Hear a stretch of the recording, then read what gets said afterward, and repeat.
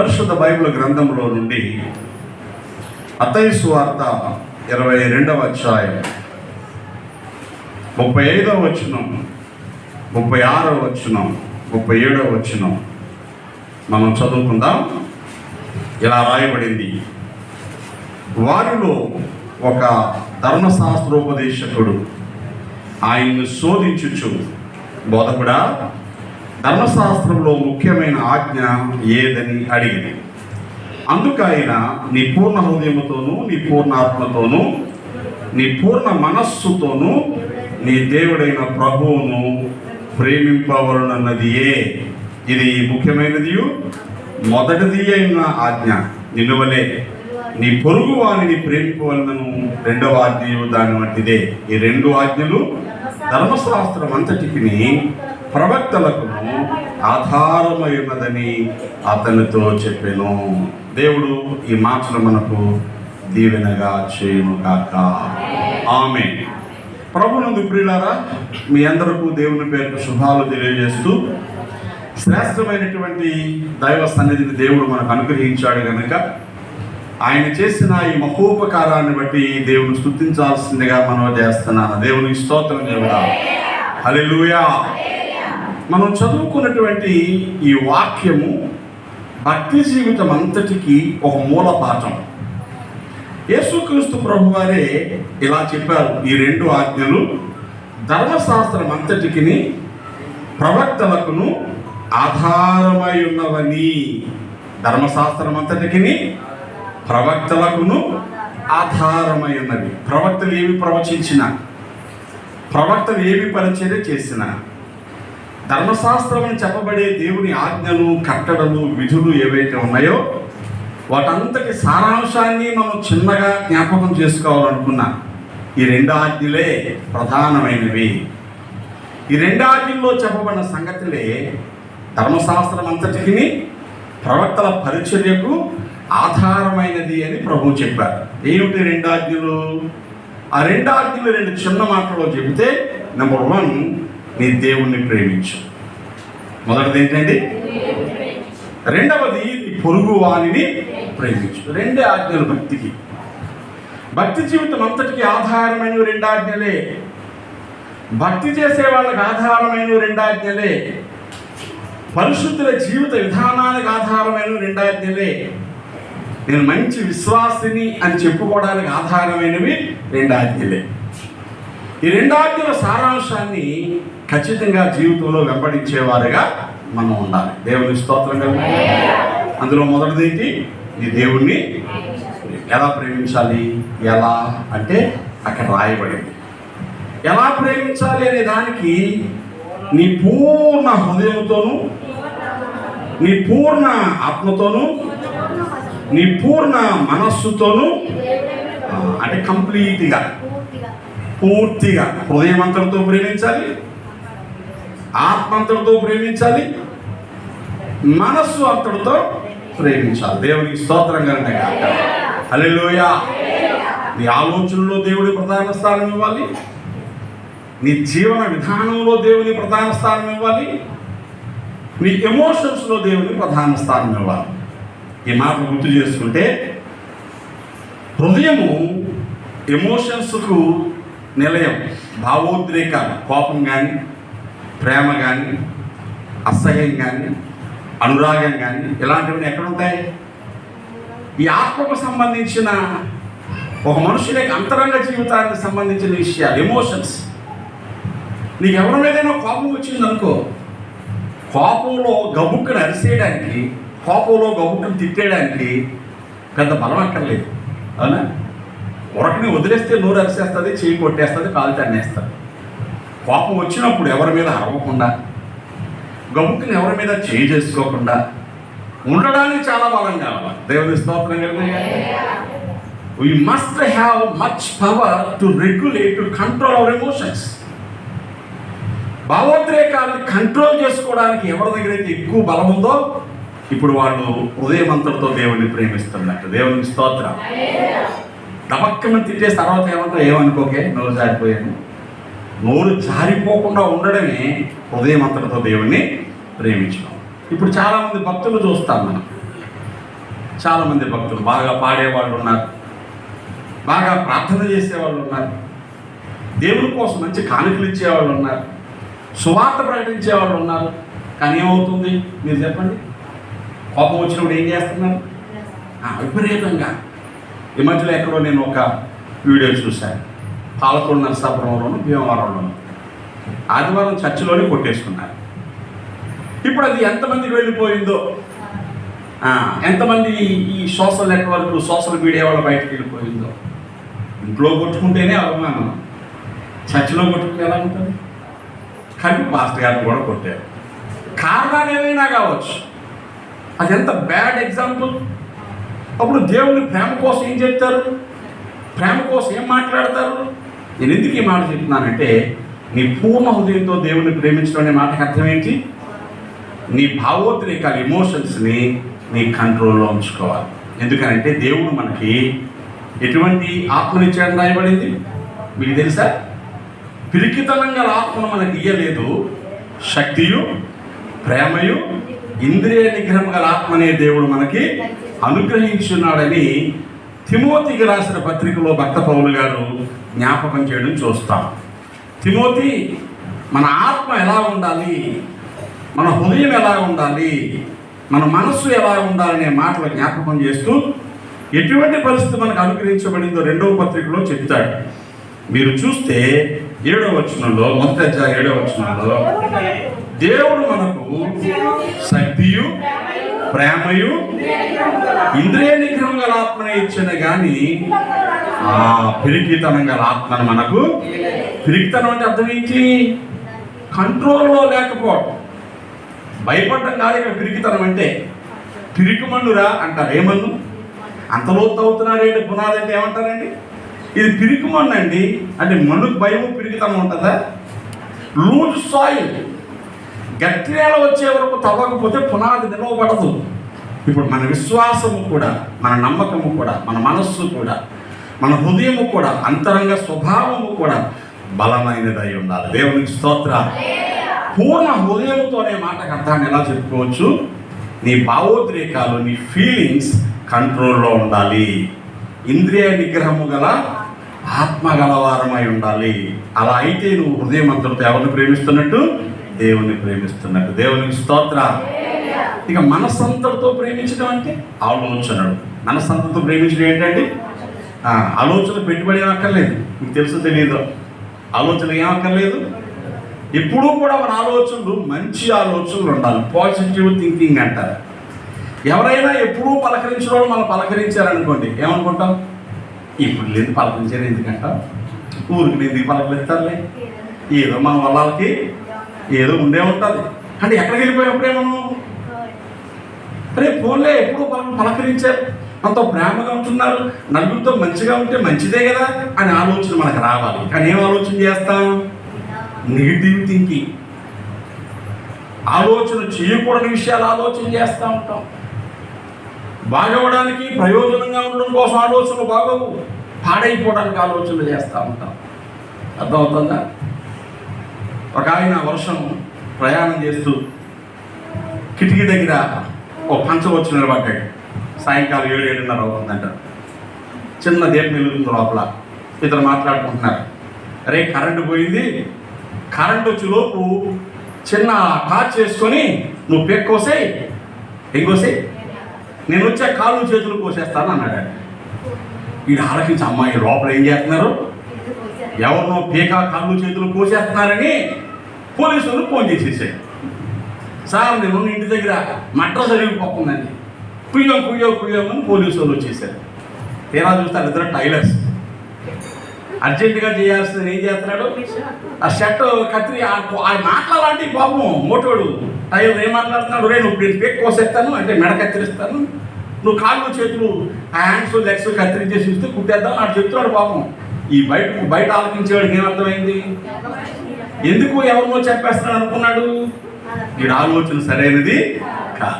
అప్పుడప్పుడు సామెత చెప్తారు చూసారా, ఇంట్లో ఎవడో కొంచెం కళ్ళు బాగా కనబడలేనాడు ఉన్నాడని, పాపం వీడు ఎక్కడ పోయి తింటాడు, మనం ఎక్కడికన్నా పోయి తింటాం అని వాడికి ఇప్పుడు ఎక్కువ పెట్టారంట. ఆడనుకున్నాడు గుడ్డోడు నాకేం తిట్టారంటే మంచోళ్ళు ఎంత తినేస్తున్నారు అనుకున్నాడంట. తినేస్తున్నారా? ఈ ఆలోచనలోనూ గుడ్డోడే. మీరు చెప్పండి, ఇప్పుడు సూపులోనూ గుడ్డోడే. కొంతమంది ఆలోచనలో కూడా ఒకటి వాళ్ళు ఉంటారు, ఆలోచనలో కూడా వికృత రూపంలో ఉంటారు. అందరూ మన మీద కీడు ఆలోచించిన మనం ఏం చేయాలి? మంచి ఆలోచనలే చేయాలి. దేవునికి స్తోత్రం కలుగుతుంది. అందుకే భక్త దావీదు పాడుకున్నాడు తెలుసా? అయ్యా యెహోవా నా విమోచకుడా, నా హృదయ ధ్యానము, నా నోటి మాటలు మీ దృష్టికి అంగీకారంలోగాక. దేవునికి స్తోత్రం. ఏ అంగీకారం అవ్వాలా? నా హృదయంలో నేను చేసే ఆలోచన, నేను బయటికి మాట్లాడే మాటలు, ఈ రెండూ కూడా నీ దృష్టికి ఇష్టము కావాలి అని ప్రార్థన చేశాడు. మన జీవితాలలో ఎలాంటి ప్రార్థన మనము కూడా చేసుకునేవారం కావాలి. 19వ కీర్తన 14వ వచనం చదివితే ఈ మాటలు కనిపిస్తాయి. యెహోవా నా ఆశ్రయదుర్గమా, నా విమోచకుడా, నా నోటి మాటలు, నా హృదయ ధ్యానము నీ దృష్టికి అంగీకారములగునుగాక. దేవునికి స్తోత్రం. దేవుడికి ఏమి నచ్చాలా? మీరు చెప్పండి. నీ నోటి మాట నచ్చాలి, హృదయ ధ్యానము నచ్చాలి. ఇదే మనసంతటితో దేవుని ప్రేమించడం. హృదయం నిండిన దాన్ని బట్టి నోరు మాట్లాడతారు. ఏమనుకోకే అనుకోకుండా అనేసాను అంటాం. ఎలాగా? అనుకోకుండా అనేసాను. అనుకోకుండా ఎవరు కూడా అనడండి. ఎప్పటి నుంచో అనుకుంటున్నావు కాబట్టి అది నెమ్మదిగా లోపల నిండిపోయి తప్పక్క మనం ఒకసారి మీరేమనాలి? ఇలా పొయ్యి పెట్టగానే పొంగిపోయండి. పాలు మంచిగా పొయ్యి పెట్టగానే పొంగిపోతాయా? పాలు పొంగాలంటే ఏమవ్వాలి? కింద నుంచి మంట తగిలి పాలు వేడెక్కి బాయిలింగ్ పాయింట్కి వచ్చి, అంటే మరిగే స్థితికి వచ్చి, మరుగుతున్న దానిలో బుడగలేర్పడి గాలి చేరి పైన ప్రాపర్గా మూత లేకపోతే పొంగడానికి ఒక గడి వస్తుంది. అంచులోంచి కింద పడడానికి ముందు ఇదంతా జరుగుతుంది. నోట్లోంచి మాట బయటకు రావడానికి ముందు ఇదంతా జరుగుతుంది. ఎప్పుడో ఎవరో వాళ్ళు నీ కోసం ఏదో అన్నారని ఎప్పుడో విన్నావు నువ్వు, అవునా? ఆవిడ ఇలా అన్నది అని ఎవరో మధ్యలో పుల్లం చెప్తుంది, అది విన్నావు. ఆ నీ కోసం ఇలా అంటున్నాడు, అది నువ్వు వింటావు. విన్నది చూసినప్పుడు వాళ్ళు నీ కాస్త బుర్ర తిప్పుకొని పోవడం వల్ల లోపల మరుగుతూ ఉంటుంది. కొద్ది రోజులు మరిగి ఓ రోజు ఎప్పుడైనా బాగున్నారా అని పలకరిస్తే ఏదో మీ దయ వల్ల బాగానే ఉన్నాం. ఏ అంశాలు బాగున్నారని కానీ ఆయన గుడ్ అని చెప్పొచ్చు కదా. ఏదో మీ దయ వల్ల బాగానే ఉన్నాం అని సాగదీసామంటే ఎన్ని రోజులు కూడా మరుగుతుందో లోపలది. ఇప్పుడు దేవుణ్ణి ప్రేమించడం అనే మాటకి అర్థం ఏంటి? నీ ఆలోచన కూడా ఇతరుల పట్ల ఎలా ఉండాలా? మంచిదై ఉండాలి. దేవుని స్తోత్రం కలుగునుగాక. హృదయంతో ప్రేమించాలి అంటే ఎమోషన్స్లో, మనసుతో ప్రేమించాలి అంటే ఆలోచనల్లో, ఆత్మతో ప్రేమించాలి అంటే నీ నడవడికలో, బిహేవియర్లో. దేవునికి స్తోత్రం. ఎవరిలో? నీ ప్రవర్తనలో. అంటే అర్థం ఏంటి చెప్పిన? కామెరులోడు అన్నాం అనుకోండి, ఎవరు? అది పేరా? టీవీ జబ్బోడు అన్నాం అనుకోండి, అది పేరా? కామెర్లు ఎక్కడ వస్తాయి?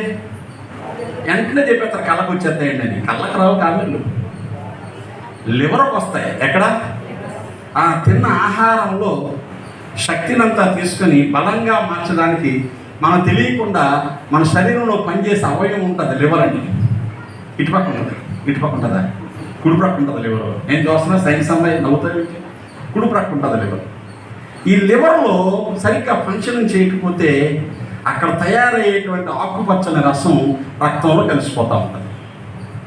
రక్తంలో ఆ బైల్ అనేది కలవడం వల్ల నెమ్మదిగా కనబడే కళ్ళే కాబట్టి కళ్ళులోకి రక్తం సన్న నరాలు ఉంటాయి, అవి వచ్చేసి పచ్చబడతాయి. అప్పుడు దాకా మనకు తెలియదు. అయ్యో కళ్ళు పచ్చబడిపోయి. ఇంకా తెలుసా? కానులు బాగా ముదిరిపోతే తెల్లగుడ్డమే పడుకోబెట్టాం అనుకోండి, వాళ్ళ చెమట కూడా గుడ్డ కంటుకొని పచ్చ రంగులో కనబడుతుంది. హెపటైటిస్ బి అని, జాండీస్, కామెర్లని, ఇలాంటి జబ్బులు వచ్చేస్తాయి. ఇప్పుడు వాడి శరీరం అంతా పాకడానికి ముందు ఎక్కడ మొదలైంది? ఇప్పుడు టీబీ ఎక్కడ వస్తుంది? జనరల్గా ఊపిరితిత్తుల్లో వచ్చేది టీబీ, లంగ్ టీబీ అంటారు. ఇప్పుడు ఎముకల్లో కూడా వస్తుంది, బోన్ టీబీ అంటున్నారు. ఎముకలు పుల్లబారిపోతాయి, పెరుసు బారిపోతాయి బోన్ టీబీ వస్తే. ఊపిరితిత్తుల్లో వస్తే ఊపిరితిత్తులు మెత్తగా స్పాంజిలా ఉండాల్సి గట్టిగా మారిపోతాయి. ఊపిరితిత్తులు తినేసిందండి అంటాం. ఈ లోపల ఊపిరితిత్తుల్లో టీబీ వచ్చిందనుకోండి, తగ్గుతూ ఉంటాయి, ముద్దులు ఉమ్ము పడుతూ ఉంటాయి, తరచుగా జ్వరం వచ్చేస్తూ ఉంటుంది. ఆకలి తగ్గిపోతూ ఉంటుంది, బరువు తగ్గిపోతూ ఉంటుంది. లోపల ఎక్కడో ఒక అవయవం పాడైపోతే కిడ్నీలు పాడైపోతాయి. ఎంతెంత ఉంటాయి కిడ్నీలు? చిన్న చిన్న జీడి గింజల కంటే పెద్ద 2 ఉంటాయి వెనకాల. ఆ కిడ్నీలే నీ శరీరంలో రక్తాన్ని అంతా శుభ్రం చేస్తూ ఉంటాయి. రక్తంలో పేరుకుపోయినటువంటి ఆ మలినాన్ని పాస్ కింద బయటికి పంపిస్తూ ఉంటాయి. అవి పాడైపోతే ఆ మలినాన్ని రక్తంలో చేరిపోయి కాళ్ళలోనికి మొహంలోనికి వచ్చేసి ఉబ్బిపోతూ ఉంటాయి. కళ్ళు ఉబ్బిపోతాయి, కాళ్ళు ఉబ్బిపోతాయి, ఒళ్ళు ఉబ్బిపోతూ ఉంటుంది. కిడ్నీలు పాడైపోయాయి. మీరు చెప్పండి, కిడ్నీ పాడైపోతే, గుండె పాడైపోతే, ఊపిరితిత్తులు పాడైపోతే దాని ప్రభావం మనిషి మీద ఎలా పడుతుందో, ఒక మనుషుడు లోపల ఉండే బుద్ధి పాడైపోయింది అనుకోండి, దీన్ని ఆత్మ అని పిలుస్తున్నాం. పూర్ణ ఆత్మతో అంటే లోపల నీ బుద్ధి అంతా, నీ అంతరంగ పురుషుడంతా, నీ స్వభావం అంతా దేవునికి ఇష్టంగా బ్రతకపోతే మాట పాడైపోవాలన్నా, చూపు పాడైపోవాలన్నా, అలవాట్లు పాడైపోవాలన్నా, స్థితిగతులు పాడైపోవాలన్నా ఎక్కడ పాడైపోతే అవుతున్నాయి? చాలాసార్లు అంటాం సడన్గా వచ్చేసిందంటే అది గుండెపోటు. పాపం ఎలా వచ్చేసింది? గుండెపోటు సడన్గానే వస్తుంది, కానీ పాడైపోవడం 7-8 సంవత్సరాల నుంచి మొదలవుతుంది. గుండెపోటు సడన్గా రావడానికి ఎంతకాలం ముందు మొదలైంది? 7-8 సంవత్సరాల ముందు మొదలైంది. తెలియక అప్పటి నుంచి అది ఎప్పుడో ఒక రోజు బయటపడుతుంది. నీ బుద్ధిని బాగు చేసుకోకపోతే నీ ప్రవర్తన కూడా పాడైపోయి బ్రతుకులో నష్టాన్ని పొందించుకుంటుంది. ఇప్పుడు దేవుని సన్నిధికి రావడం అంటే మనకి ఏమర్థమైంది? దేవుని నమ్ముకోవడం. దేవుని నమ్ముకోవడం అంటే ఏమర్థమైంది? ఎలాగున్నా ఆదివారం గుడికి వచ్చేస్తే చాలు అనుకుంటున్నాం. ఎలాగా? ఆదివారం గుడికి వచ్చేస్తే చాలు, ఓ 10 రూపాయలు సందా చేసేస్తే చాలు, ఓ పిడికిడి బియ్యం పట్టుకొచ్చేస్తే చాలు, ఎప్పుడైనా రోజు కూట పెట్టేసుకుంటే చాలు. ఇవన్నీ ఏబిసిడి లాంటివి. ఏబిసిడీలు వస్తే చదువు వచ్చేసినట్టేనా? మీరు చెప్పండి, మాట్లాడండి. మరి ఏబిసిడీలు కాబట్టి ఇంకేం చెప్తారు ఇంగ్లీష్ నేర్చుకోవడానికి? A to Z 26 అక్షరాలు. 26 అక్షరాలు వస్తే ఇంగ్లీష్ వచ్చేసినట్టే, కానీ ఇంగ్లీష్ రానట్టే. అదేంటి? ఆ 26 అక్షరాన్ని ఏ అక్షరాలు కలిపితే ఏ మాటలు వస్తాయి, ఏ మాటలు కలిపితే ఏ వాక్యాలు వస్తాయి, వాటిని ఎలా పలకాలి, ఎలా రాయాలి, ఇదంతా తెలిస్తే ఇంగ్లీష్ వచ్చినట్టు. ఇప్పుడు మనం గుడికి వెళ్ళడం, సందా ఇవ్వడం, ప్రార్థన చేయడం వచ్చేస్తే భక్తి అనుకుంటున్నాం మనం. ఇలాగే చాలా సంఘాలు అంటున్నారు. కాదు, వీటి ద్వారా నువ్వు దేవుణ్ణి ప్రేమించడం అలవాటు చేసుకోవాలి. దేవునికి స్తోత్రం. ఎలా ప్రేమించాలి? నీ ఫీలింగ్స్లో పూర్ణ హృదయంతో, నీ ఆలోచనల్లో పూర్ణ మనస్సుతో, నీ ప్రవర్తనలో పూర్ణ ఆత్మతో. అది కూడా సగం సగం కాదు. ఎలాగా? పూర్తిగా. అసహ్యం కానీ, కోపం కానీ, ద్వేషం కానీ, మితిమీరినటువంటి ఉల్లాసాలు కానీ, ఇది ఎవరి పట్ల పడితే వారి పట్ల గబగబా వ్యక్తపరిచేవి కావు. కంట్రోల్డ్గా ఉండాలి. ఏమీ లే నాకు ఎగిరెగిరి పడుతుందండి, అన్నీ నాకు ఇలాంటి బాగా తెలుస్తాయి మనకి. అప్పుడు అణిగిమణిగి ఉండాలంటే ఏముండాలి? అందులో అన్నీ ఉండాలి. ఆకులు అన్నీ బరువు లేకపోతే ఎగిరెగిరి పడుతుంది. నీ జీవితాన్ని కూడా వాక్యము చేత, పరిశుద్ధాత్మ దేవుని స్నేహము చేత కంట్రోల్లో పెట్టుకోవాలి. దేవుని స్తోత్రం. ఇప్పుడు ఇలాగున నీ మనస్సును, నీ హృదయాన్ని, నీ ఆత్మను నువ్వు కంట్రోల్లో ఉంచుకొని దేవునితో నడిస్తే నువ్వు పూర్ణముగా దేవుని ప్రేమించినట్టు. దేవుని స్తోత్రం. ఇప్పుడు జాగ్రత్తగా వినండి. దేవుని ప్రేమించే వారికి ఏం జరుగుతుంది? రోమాపత్రిక 8వ అధ్యాయం. నువ్వు దేవుణ్ణి ఎప్పుడైతే పూర్తిగా ప్రేమించడం మొదలుపెట్టావో నీ జీవితంలో జరిగే ఒక అద్భుతాన్ని మనం చూద్దాం. చూడండి 28వ వచనం. రోమాపత్రిక 8వ అధ్యాయం 28వ వచనం. దేవుని ప్రేమించేవారు అనగా ఆయన సంకల్పము చొప్పున పిలువబడిన వారికి మేలు కలుగుటకై సమస్తమును సమకూడి జరుగుచున్నవి. దేవునికి స్తోత్రం. చిన్న చిన్న ముక్కలుగా ఈ వాక్యాన్ని చూస్తే, నువ్వు దేవుని ప్రేమించేది నిజమైతే నీకు మేలు కలగడానికి సమస్తము సమకూడి జరుగుతాయి. దేవునికి స్తోత్రం. అంటే ఏం జరిగినా మన మంచికే అనేది ఎవరికి? అప్పుడప్పుడు అందరం అనుకుంటాం, పర్లేదండి ఏం జరిగినా మన మంచికే. అందరికీ కాదు. ఇది ఏం జరిగినా నీ మంచిగా అనేది నువ్వు దేవుని ప్రేమిస్తే మాత్రమే. కష్టం వచ్చినా నీ మంచికే, బాధ వచ్చినా నీ మంచికే, అవమానం వచ్చినా నీ మంచికే, నింద వచ్చినా నీ మంచికే, ఏమి జరిగినా నీ మంచికే. ఎప్పుడూ నువ్వు దేవుని ప్రేమిస్తే. మళ్ళీ ఎలాగా దేవుని ప్రేమించడం అంటే పూర్ణ హృదయంతో, పూర్ణ ఆత్మతో, పూర్ణ మనస్సుతో దేవుని ప్రేమించాలి. ఇది మొదటిది. అందుకే భక్తి జీవితంలో నువ్వు దేవుని ప్రేమిస్తున్నాను అని చెప్పడానికి నీ ఆలోచనలు, నీ మాటలు, నీ ప్రవర్తన క్రమపరుచుకొని బ్రతకాలి. దేవుని స్తోత్రం కలనే కాదు. ఇక రెండవది ఏంటి? నీ పొరుగు వాణిని ఎలా దేవుని ప్రేమించాలి ఎలా అని చెప్పుకున్నాం. పొరుగు వాణ్ణి ప్రేమించాలి ఎలా? అక్కడేముంది? నిన్ను వలే. ఎవరైనా నిన్ను ఎలా చూడాలనుకుంటావో, నీతో ఎలా మాట్లాడాలనుకుంటావో, నిన్ను ఎలా గౌరవించాలనుకుంటావు, నీతో ఎలా పద్ధతిగా ఉండాలనుకుంటావు, నువ్వేం చేయాలి? ఇతరుల పట్ల అలాగే చేయాలి. దేవుని స్తోత్రం కలుగుతుంది. మనకి సామెతలు ఎక్కువ తెలుస్తాయి కదా. ఎందమ్మా అంటే చెప్పండి, అందమ్మా. ఇందమ్మా అంటే అందమ్మా. ఏంటి ఎందమ్మా అందమ్మా? ఇదిగో అమ్మా అంటే వాళ్ళు ఏం చేస్తారు? అందుకో అమ్మా అని మనకు కూడా ఇస్తారంట. దేవుని స్తోత్రం కలుగుతుంది. కానీ మనం ఏం చేస్తాం? అందించండి అమ్మా, అందించండి అమ్మా అంటాను. ఎవరికి ఇవ్వను. ఎలా వస్తుంది నీకు? ఎలా వస్తుంది? ఎవరికో బాగలేదు, ఫాస్ట్ అమ్మ నేను ఆలోచన చేస్తున్నాను. ఇంత కష్టంలో ఉన్నా ఎవరో పలకరించండి రాలేదు ఇంటికి. ఇంత కష్టంలో ఉన్నా ఎలా ఉన్నామని కనీసం పరామర్శించడం లేరేంటి అని బాధపడిపోతాడు. అన్నాను, నువ్వు బాగున్నప్పుడు నలుగురిని పరామర్శిస్తే దేవుని స్తోత్రం కలుగుతుంది. నువ్వు బాగోలేనప్పుడు నలుగురు పరామర్శిస్తారు. ఆ నలుగురే కాదు, నువ్వు ఏ నలుగురన్నా పరామర్శించు, ఇంకో ఏ నలుగురన్నా నేను పరామర్శిస్తారు. దేవుని స్తోత్రం కనుక. అంతేనా? ఈ పెళ్లి ఈడు కాదు, ఈళ్ళ కానుకలు ఏమంటారు? వాళ్ళు వందేస్తే 150 వేయాలండి. నువ్వు ఇచ్చి మర్చిపో, నీకు ఇంకెవరో ఇస్తారు. వాళ్ళు ఇవ్వాలని నువ్వులేం లేదు. నువ్వు ప్రేమ చూపించు, నీకు అవసరం వచ్చినప్పుడు దేవుడు ఆ ప్రేమను ఇంకెక్కడి నుంచైనా అందిస్తాడు. పొరుగువారిని ప్రేమించు అంటే అర్థం, మా పొరుగులతో మా మాట్లాడలేమండి, మాకు 3 పక్కల ఖాళీ అయ్యండి, పొరుగువాడే లేనండి. పొరుగువాడు అంటే మీ ఇంటి పక్క వాళ్ళు కాదు అర్థం. ఇక్కడ నీకు తారసపడే వ్యక్తులు, ఇంటరాక్ట్ అయ్యేవాళ్ళు నీ జీవితంలో, మీ బంధువులు కావచ్చు, స్నేహితులు కావచ్చు, సంఘంలో వారు కావచ్చు. అర్థమవుతుందా?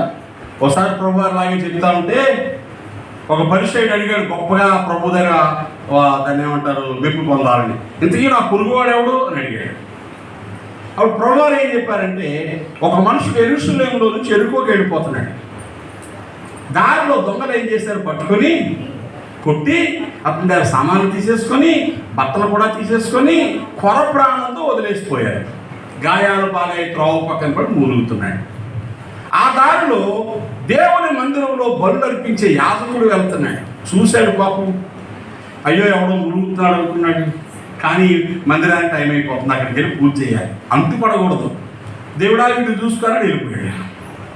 అదే త్రోవలో లేవీయుడు వెళ్తున్నాడు. లేవీయుడు అంటే ఈ యాజకునికి సర్వీస్ చేసేవాడు, మందిరంలో సేవల్లో సహకరించేవాడు. వాడు అయ్యో పాపం అనుకున్నాడు. కానీ అయ్యో ముందు ఆ పెద్దయ్య గారు వెళ్ళిపోయారు, నేను సామాన్లు అందించకపోతే కోప్పడతాడు అనుకున్నాడు. దేవుడా చూసుకొని పోయాడు. చెడ్డోళ్ళు కాదు వాళ్ళు, వాళ్ళ బాధ్యతలు గుర్తొచ్చాయి. అదే త్రోవలో సమరయుడు వెళ్తున్నాడు. సమరయుడు అంటే ఆ దినాలలో కూడా యూదుల చేత తక్కువ వాడిగా ఎంచబడ్డవాడు. ఇప్పుడు మనకి తక్కువ కులాలని సమాజంలో కొంతమంది చూస్తామే, అలాంటి స్థితి. వాడు ఊరు ప్రయాణమై చక్కగా తయారై ప్రయాణానికి కావాల్సిన సరంజామం అంతా పట్టుకొని తన కంచర గాడిద మీద ప్రయాణం చేస్తున్నాడు.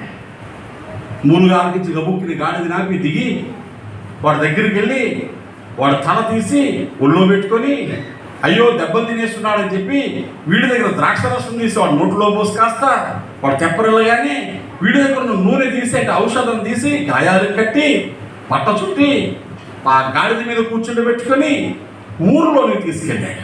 ఒక పూటకోళ్ళ వాడి ఇంటికి అంటే సత్రం లాడ్జ్ లాంటిది పట్టుకెళ్ళి అక్కడ వాడికి తెలివి వచ్చే వరకు పరిచయం చేసి, అయ్యా ఈసారి బాగున్నాడు కదా బాబు, వీడు బాగా కోలుకునేదాకా చూసి పంపించు, ఇదిగో డబ్బులు ఇస్తున్నాను, నేను మరలా తిరిగి వస్తాను, ఈ డబ్బులు చాలకపోతే ఇంకేమైనా బాకీ ఉంటే నేనే తీరుస్తానని ఆ పూటకోళ్ళ వాడికి చెప్పి ఇతను అప్పగించి వెళ్ళిపోయాడు.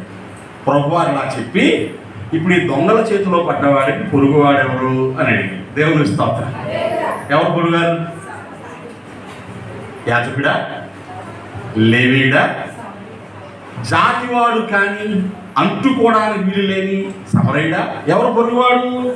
అతడు అన్నాడు, ఎవడు ఇతనికి సహాయము చేశాడో అతడే పొరుగువాడు. అప్పుడు ప్రభు అన్నారు, అయితే నువ్వు కూడా అలా వెళ్ళి నీకు సహాయం చేసినది చెయ్యి. దేవునికి స్తోత్రంగా. ఆపదలో ఉన్న వాళ్ళకి, బాధలో ఉన్న వాళ్ళకి, కష్టాల్లో ఉన్న వాళ్ళకి, దుఃఖంలో ఉన్న వాళ్ళకి ఎవరు సహాయం చేస్తారో వాళ్ళే పొరుగు వాళ్ళు. దేవునికి స్తోత్రం చెప్పండి. ఇప్పుడు మనం పొరుగువాళ్ళు ఉన్నారా? సాక్ష్యాలు ఎందుకు చెప్తాం? పొరుగుడు మన సాక్ష్యం చెప్తారు. ఇప్పుడు ప్రజెంట్ దీవెనమ్మ మనం పొరిగాము. దేవుని స్తోత్రం కలిగిన కుక్క కరిచేసింది, కుక్క ఏం అవ్వకూడదని ప్రార్థన చేయండి. దీవెనమ్మ త్వరగా బాగుపడాలని ప్రార్థన చేయండి. కలకరించండి. భయపడకమ్మా నీకు ఏం అవ్వదని చెప్పండి. మేము ప్రార్థన చేస్తున్నామని చెప్పండి. ఇప్పుడు దీవెనమ్మ కష్టంలో ఆ చిన్న సేవ చేసిన వాళ్ళు ఏమవుతారు? పొరుగు వాళ్ళు అవుతారు. ఉదాహరణకు చెప్పారు, అంటే దీవెనమ్మ దగ్గర పేరే చెప్పారు, మా పేరు చెప్పారు అనుకోకండి. ఎవరు కష్టంలో ఉంటే మనకు వాళ్ళు పొరుగు వాళ్ళు, ఎవరు బాధలో ఉంటే వాళ్ళు మనకు పొరుగు వాళ్ళు. వాళ్ళు గుడికి రారు కదండి, ఎక్కడ రారు? వాళ్ళు దేవుణ్ణి నమ్ముకోలేదు కదండి. దేవుణ్ణి నమ్ముకోకపోయినా వాళ్ళు మా ఓళ్ళు కాదు కదండి. ఎవరు మా ఓళ్ళు? మన ఓళ్ళు అయితేనే వస్తాం మనం, లేకపోతే రాము. కులము కానీ, జాతి కానీ, ఊరు కానీ, దేవుడు కానీ, మతం కానీ ఏది అడ్డు రాకూడదు. కష్టంలో ఉన్న వాళ్ళకి మనము సహాయపడాలి. దేవునికి స్తోత్రం. పిల్లరా, మదర్ తెరీసా పేరు మీరు విన్నారు కదా. కలకత్తా నగరంలో అద్భుతమైన సేవ చేసింది. ఆమె తన దేశాన్ని విడిచిపెట్టి వచ్చేసి భారతదేశంలో పౌరురాలుగా ఉండిపోయి ఆమె వివాహం చేసుకోకుండా ఆమె తననాటి కొందను పోగేసి కలకత్తా నగరంలో మురుగువాడంలో పేదల మధ్య తిరుగుతూ కుష్ఠరోగులను చేరదీసి వారి గాయాలు కడిగి అన్నం పెట్టి బట్టలు కట్టి వారు బాగయ్యే వరకు చూసి బ్రతుకంతా అలాగే సేవ చేసింది. అలా సేవ చేస్తున్నప్పుడు బాగుపడిన వారు నువ్వు నమ్మిన దేవుడిని మేము నమ్ముతాము అని ప్రార్థనలు చేసుకుంటా ఉంటే అది నచ్చలేని కొంతమంది ఏం చేశారు చెప్పిన మదర్ను చంపుదామని ప్లాన్ చేశారు. చాలాసార్లు వచ్చే ప్రయత్నాలు చేశారు. ఒకసారి కరడు కట్టినటువంటి మతాన్ని ద్వేషించేవాడు ఈవిడ అందరినీ క్రైస్తవులుగా మార్చేస్తుంది, ఈవిడిని చంపేద్దామని అందరూ నిద్రపోయేదాకా ఉండి 12:30కి ఆశ్రమంలోనికి వెళ్ళాడు.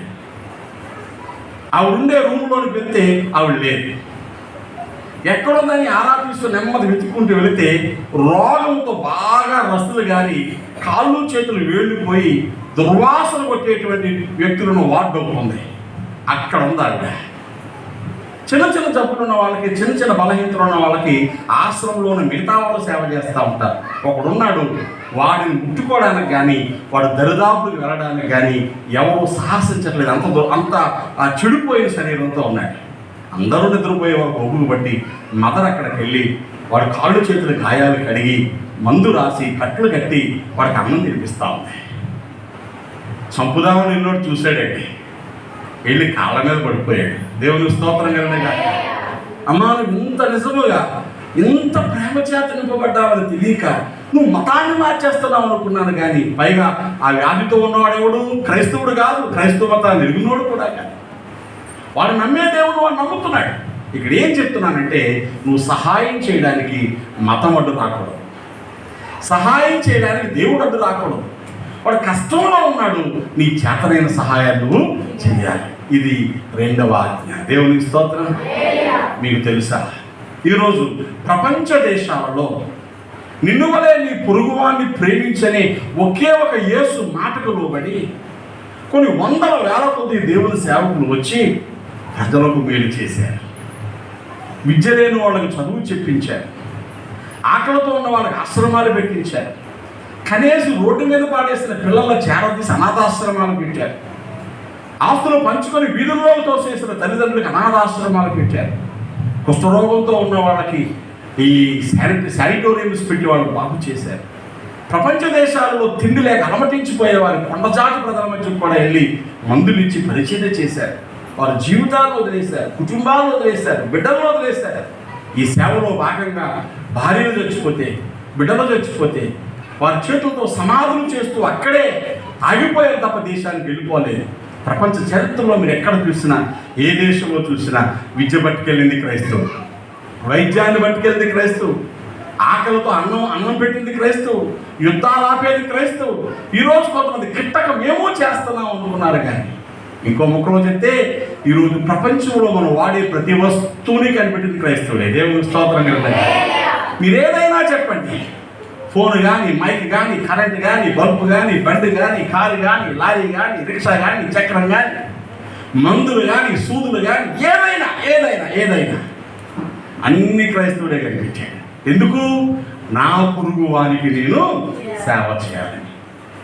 ఎంత ముండోడైనా, ఎంత నచ్చనోడైనా, ఎంత కిట్టనోడైనా ఇది కాదనడానికి లేని సత్యం. యేసు ప్రభు ప్రేమను బోధించాడు. ఆ ప్రేమను వెంబడించిన వాళ్ళు ప్రపంచానికి దీవెన అందించారు. దేవునికి స్తోత్రం. ఈ మధ్య నేను చెప్తున్నానో తెలుసా, మనము కూడా ఆ ప్రభువుని ఆరాధన చేస్తున్నాం. దేశాలు వదిలిపోవద్దు, ఊరంతటిని ఉద్ధరించవద్దు, ప్రపంచాలంతని బాగు చేయొద్దు. ఎవరు చూపించాలి కనీసం ప్రేమ? మీరు చెప్పండి. నీ ఇంట్లో వాళ్ళకి, నీ తల్లికి, నీ తండ్రికి, నీ కొడుక్కి, నీ భర్తకి, నీ భార్యకి, అందరూ మన పట్ల బాగానే ఉంటారా? మీరు చెప్పండి. మనం ఇంత కష్టపడి పని చేస్తున్నాం, మనం సర్రమ అడిసేస్తారు వచ్చి. అప్పుడు ఏమనిపిస్తుంది మనకి? లోపల బాధ వచ్చి, వీళ్ళకా ఇంత సేవ చేస్తున్నాను, ఒక్క నిమిషం నీ మనసు విరిగిపోయిందంటే వాళ్ళ మీద ప్రేమ చచ్చిపోద్ది. నీ మీద నీకు జాలి వచ్చేస్తుంది, సెల్ఫ్ పిటి అంటారు. ఆ తర్వాత బ్రతకాలని ఆశ చచ్చిపోద్ది. ఇప్పుడు నీ మనసులో ఏమైపోయావు? నువ్వు దేవుని ప్రేమించే విషయంలో ఓడిపోయావు. వాళ్ళు అంటానే ఉంటారు. మీరు చెప్పండి. మన పని మనం చేస్తూనే ఉంటాం. సన్నజాజి పూలు ఎంత ఉంటాయి? గట్టిగా చెప్పండి. మందార పూలు ఎంత ఉంటుంది? ఏది మంచి వాసన వస్తుంది? ఏది ఎక్కువ రోజులు వాడకుండా ఉంటుంది? సన్నజాజ ఎక్కువ రోజులు వాడదు, పెద్దది ఉంటుంది కానీ వాసన రాదు. కాగితం పువ్వులు అయితే బోగనవెల్ల అంటారు కదా, ఇంకా ఎక్కువ రోజులు ఉంటాయి, అస్సలు వాడదు. కానీ సన్నజాజి చిన్నది ఉంటుంది, లైఫ్ తక్కువ టైం ఉంటుంది, నలిపి కొద్దీ. దేవుని స్తోత్రం చెప్పండి. మనం ఎవరు? సన్నజాజి పువ్వులు అంటారు. బలురక్ష చెట్లలో వల్లి పద్మం లాగా నా ప్రియురాలు నాకు కనపడుతుంది. లిల్లీ పువ్వులు అంటాడు. చిన్నోళ్ళమే నలపడతారు జనాలు, వాసన కూడా మానేయకూడదు. దేవుని స్తోత్రం కలిసి. ఏలక్కాయ ఎంత ఉంటుంది? వెలంకాయ కాదు, వెలక్కాయ వెలంకాయ, వెలక్కాయ కాదు, ఉడాపిల్ అంటాం కదా, వెలక్కాయ కాదు, యాలక్కాయ. ఎంత ఉంటుంది? వెలక్కాయ ఎంత ఉంటుంది? యాలక్కాయ ఎంత ఉంటుంది? యాలక్కాయ నలగొట్టిపోది. దేవుని స్తోత్రం. ఓ చిన్న 2 గింజలు నోట్లో వేసుకొని నువ్వు అలా ఉంచితే నీ నోరు ఎంత మంచి వాసన వస్తుందో. అక్కడ దుర్వాసన చంపేస్తుంది, తను వేసిన పదార్థానికి సువాసన తీసుకొచ్చేస్తుంది. మీరు చెప్పండి, మనం ఎవరు? యాలక్కాయలు అంటాం. దేవుని స్తోత్రం. యాలక్కాయ గొంతులో పడిందండి. అడిగాను, గొంతులో వెలక్కాయ పడ్డట్టు అంటే అర్థమేంటి? వెలక్కాయ తిన్నారో లేదో, ఆ గుజ్జు తింటా ఉంటే కొంచెం కొంచెం చప్పరించుకొని తినాలి. కక్కులతో కూడా బూరు తినేట్టు గబుక్కుని తినేసేవాళ్ళు గొంతులో ఉండిపోతుంది, లోపలికి వెళ్తే బయటకు రాదు, కక్కలేక మింగలాక అయిపోతుంటాం. ఇప్పుడు మనం యాలక్కాయ లాంటి వాళ్ళకి కావాలి అంటే అర్థం ఏంటి? నువ్వు ఎక్కడున్నా నీ ప్రేమ చూపించాలి, ఎక్కడున్నా నీ మంచితనం చూపించాలి, ఎక్కడున్నా నీ మృదు స్వభావం చూపించాలి. అప్పుడు నువ్వు ఎవరిని ప్రేమిస్తున్నట్టు? స్తోత్రం చెప్పండి. ఎవరిని ప్రేమిస్తున్నట్టు? దేవుణ్ణి ప్రేమిస్తున్నట్టు. ఎవరిని ప్రేమిస్తున్నట్టు? పొరుగువారిని ప్రేమిస్తున్నట్టు. ఇప్పుడు ధర్మశాస్త్రం అంతటినీ వెంబడించినట్టు, ప్రవక్తల సారాంశాన్ని వెంబడించినట్టు. అదేం కుదరదని గుడికొత్తాను, పాట పాడేస్తాను, 100 సందా ఇచ్చేస్తాను, మళ్ళా ఆధారం దాకా తుపాకీ పట్టుకుని ఎత్తుకున్నా కనబడినండి. నా గొడవ నాదే. రోజు మా ఇంట్లో మా ఆవిడ నేను సాయంకాలం WWF ఆడకపోతే కుదరదు. ఏంటి WWF? ఆ కుంపు దెబ్బలాట, బాక్సింగ్. మాకు తిట్టుకోకపోతే తెల్లారదు, కొట్టుకోకపోతే తెల్లారదు, కంచాలు ఎత్తేసుకోకపోతే తెల్లారదు, ఫ్రిడ్జ్ డోర్ పగలగొట్టకపోతే, టీవీ కంతకేసి కొట్టేయకపోతే మాకు తెల్లారదు. ఇస్త్రీ పెట్టి ఇసిరేసేది. ఎక్కడికి? కోపం వచ్చి అలా ఆవిడ మీద ఇసిరేసేది. అలా ఆవిడ తప్ప డ్రెస్సింగ్ టేబుల్ తగిలేసింది, డ్రెస్సింగ్ టేబుల్ ఇస్త్రీ అయిపోయింది. ఇప్పుడు చూసుకొని కోపం తగ్గాక చూస్తే ఇది ఇస్త్రీ పెట్టిపోయింది, డ్రెస్సింగ్ టేబుల్ పోయింది. సరదాగా నీ కోపం ఖరీదు ఎంత? కోపానికి ఇస్తున్న వస్తువుని బట్టి ఖరీదు ఉంటుందండి. దేవుని స్తోత్రం. ఉన్నాయి పెద్ద వస్తువు మీదకి ఇసురు, 42 టీవీ మీదకి ఇసురు, ఆ కోపం ఇంకా ఖరీదైంది. దేవుని స్తోత్రం. నీ కోపమే నీ శత్రువు. నీ కోపమే నీ శత్రువు. ప్రభు కోపం రాదా? కోపపడ్డా, కానీ ఆయన కోపం పవిత్రమైనది. అన్ని వేళల్లో వచ్చేది కాదు, అన్ని సందర్భాల్లో వచ్చేది కాదు, బ్రతుకులు బాగు చేయడానికి వచ్చేది. మనం కోపపడకుండా ఉండమని దేవుడు చెప్పాల. కోపపడకండి కానీ పాపం చేయకండి. పాపం లేని కోపం కూడా ఉంటుంది. దేవుని స్తోత్రం కానీ వాళ్ళు పటా పటా పటా నూరేసి నాలుగు గట్టిగా కరిసేసి, ఎలాగా నాలుగు కట్టలు తెరిసే మీకు, నాలుగు గట్టిగా కరిసేసి కన్నాలు పోతే ఏం చేయాలి? తిన్నాను కుదరదు. కాబట్టి ప్రభువుని అడిగిన ప్రశ్నకు ప్రభు సమాధానం చెప్పారు. ధర్మశాస్త్రం అంతలో ప్రధానమైన 2 ఆజ్ఞలు. 1, నీ దేవుణ్ణి ప్రేమించు. 2, నీ పొరుగు వాడిని ప్రేమించు. ఎలా ప్రేమించాలి? నీ ఆలోచనలో, నీ ఫీలింగ్స్, ఎమోషన్స్లో, నీ ప్రవర్తనలో పరిశుద్ధంగా బ్రతకు. 2, నిన్ను వలే నీ పొరుగు వాడిని, అంటే బాధలో, ఇబ్బందుల్లో, కష్టాల్లో, దుఃఖంలో ఉన్న వారిని నువ్వు ఉపచారం చేయడానికి కొంతైనా సాయపడితే నువ్వు దేవుని ప్రేమించినట్టే. దేవునికి స్తోత్రం. యేసయ్య చెప్పారు కదా, మత్తయి 25వ వచనం చదివితే ఇలా రాయబడుతుంది. ఆకలితో ఉన్నాను, మీరు నాకు అన్నం పెట్టారు. రోగంతో ఉన్నాను, చూడడానికి వచ్చారు. దాహంతో ఉన్నాను, నీళ్ళు ఇచ్చారు. బట్టలు లేకుండా ఉన్నాను, నన్ను పరామర్శించారు. జైల్లో ఉన్నాను, చూడడానికి వచ్చారంటే అయ్యో ప్రభా, మేము ఎప్పుడు నీకు చేశాం? ప్రభు ఏమన్నా చెప్పినా, మీలో నా వంటి మిక్కిలి బలహీనులైన మీ సహోదరులకు చేశారు కనుక నాకు చేసినట్టే. దేవుని స్తోత్రం. సాటి మనుషుల్ని ప్రేమిస్తే దేవుని ప్రేమించినట్టే. మానవ సేవే మాధవ సేవ అని మనోళ్ళు చెప్తారు. మానవ సేవను బయట వాళ్ళు చేస్తారు, ఇంట్లో వాళ్ళు చేయరు. అది వచ్చి మానవ సేవను ఏం చేస్తారు? చలివేంద్రాలు పెడతారు బయట వాళ్ళు, చల్లవేంద్రాలు పెడతారు, మజ్జిగ పోతారు. ఇంట్లో అమ్మకి ఏం చేయరు. అంటే బయట వాళ్ళకి ఏం చేస్తారు? పిన్నమ్మ కోకలు పెడతారు, కానీ అమ్మకి సిలుగుపోయిన గుడ్డతోనే ఉంటుంది. అది కాదు. ముందు ఎక్కడి నుంచి మొదలెట్టాలా? దెయ్యాలు పట్టినోడు ప్రభా నన్ను నీ దగ్గరే ఉన్నది అయ్యా అన్నాడు గెరాసైన దేశంలో. ప్రభు ఏమన్నాడు తెలుసా? నా దగ్గర కాదురా బాబు, నువ్వు ముందు వెళ్ళి నీకు జరిగినవన్నీ నీ ఇంటి వాళ్ళకు చెప్పు. ఎవరో చెప్పాలా? మీ ఇంటి వాళ్ళకి చెప్పు. ముందు వాళ్ళు మార్చు, వాళ్ళ బుద్ధి మార్చు, వాళ్ళు సంతోషపరచు, అప్పుడు బయట చెబితే కానీ. దేవుని స్తోత్రం. కాబట్టి ఆరాధన సమయంలో మనము దేవుణ్ణి ప్రేమిద్దాం. దేవుని స్తోత్రం. హల్లెలూయా. దేవుణ్ణి ప్రేమించడమే మనం పడే శ్రమలన్నింటిలోకి చాలా పెద్ద శ్రమ. తెలుసా మీకు? అవతల పొలోబని పెళ్ళు మనం తిట్టేస్తున్నారు అనుకోండి, మన నోరు మూసుకొని కూర్చోవాలంటే ఎంత కష్టమో తెలుసా మీకు? బుర్రలో నీళ్లు కుప్పుకొని, ఏడుపు వస్తామంటే ఆపుకొని, లోపల రగిలిపోతా వాళ్ళు ఏమనకుండా ఉండాలని ఎంత పెద్ద కష్టమో తెలుసా? యేసు బాధించబడినను నోరు తెరవలేదు. బొచ్చు కత్తిరించు అని ఎదుట గొర్రెయు, పొదకు తేబడిన గొర్రె పిల్లయు మౌనంగా ఉన్నట్లుగా ఆయన నోరు మెదపలేదు. ఎంత కష్టమో తెలుసా? దాని పేరు సాత్వికం, దాని పేరు తీర మనస్సు. యేసు వంటి లక్షణాలు మన జీవితాల్లో కలిగిన రోజున మనం దేవుని యొక్క రూపులోనికి మార్చబడతాం. అప్పుడు నువ్వు దేవుని ప్రేమించేవాడు కనుక నీకు సమస్తమును సమకూడి చెప్పండి ఎలాగా మేలుగా జరుగుతాయి. దేవుని స్తోత్రం. నువ్వు చేసిన దానికి దేవుడు నీకు ప్రతిఫలం ఇస్తాడు. నువ్వేమి వండుతావో దాన్ని తింటావు, ఏమి విత్తుతావో దాన్ని కోస్తావు, ఏమి చేస్తావో దాని ప్రతిఫలం తిరిగి వస్తుంది. కాబట్టి ప్రభువు దగ్గర మన జీవితాలు దిద్దుబాటు చేసుకొని సరి చేసుకొని సాగిపోదాం. దేవుడు అలాంటి కృప, ఆయన ప్రేమించగలిగేటువంటి స్థితి మనందరకు అనుగ్రహించునుగాక. ఆమేన్. దయచేసి తల వంచి కళ్ళు మూసుకోనండి. మనం ప్రార్థన చేద్దాం. ఒక్క నిమిషం ప్రభు పాదాల చెంత మనం ప్రార్థన చేద్దాం. Thank you lord. Hallelujah, hallelujah, hallelujah, hallelujah, hallelujah. పరిశుద్ధుడా నీకు స్తోత్రము, స్తోత్రము, స్తోత్రము, స్తోత్రము, స్తోత్రం. ఒక్క నిమిషం నోరు తెరిచి గబగబా ప్రార్థన చేసుకోండి. నిన్ను ప్రేమించుట మాకు నేర్పించు నాయనా, నిన్ను ప్రేమించుట మాకు నేర్పించు నాయనా, నిన్ను ప్రేమించడం మాకు నేర్పించు నాయనా, నీకు ఇష్టంగా బ్రతకడం మాకు నేర్పించు నాయనా, మీ నామాన్ని మహిమపరచడం మాకు నేర్పించు నాయనా. మా ప్రవర్తనలో, అలవాట్లలో, బుద్ధిలో, బ్రతుకులో నీ చిత్తము చేయటం మాకు నేర్పించు నాయనా. మనం ప్రార్థన చేద్దాం. పరిశుద్ధుడైన తండ్రి, వందనాలు.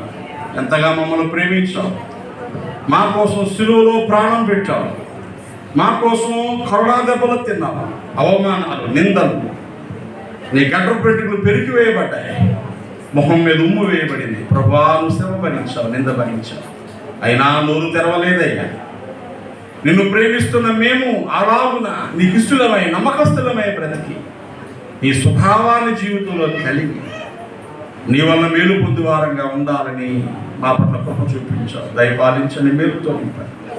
ఈ మాటలు మా జీవితాల్లో ఆకలింపు చేసుకొని నీకు ఇష్టంగా బ్రతకడానికి సహాయం చేయమని విన్నవారు, లోబడ్డవారు, అప్పగించుకున్న వారితో మీ దీవించండి. యేసు పరిశుద్ధ నామమున ప్రార్థించి వేడుకుంటున్నాను పరమ తండ్రి. ఆమేన్, ఆమేన్.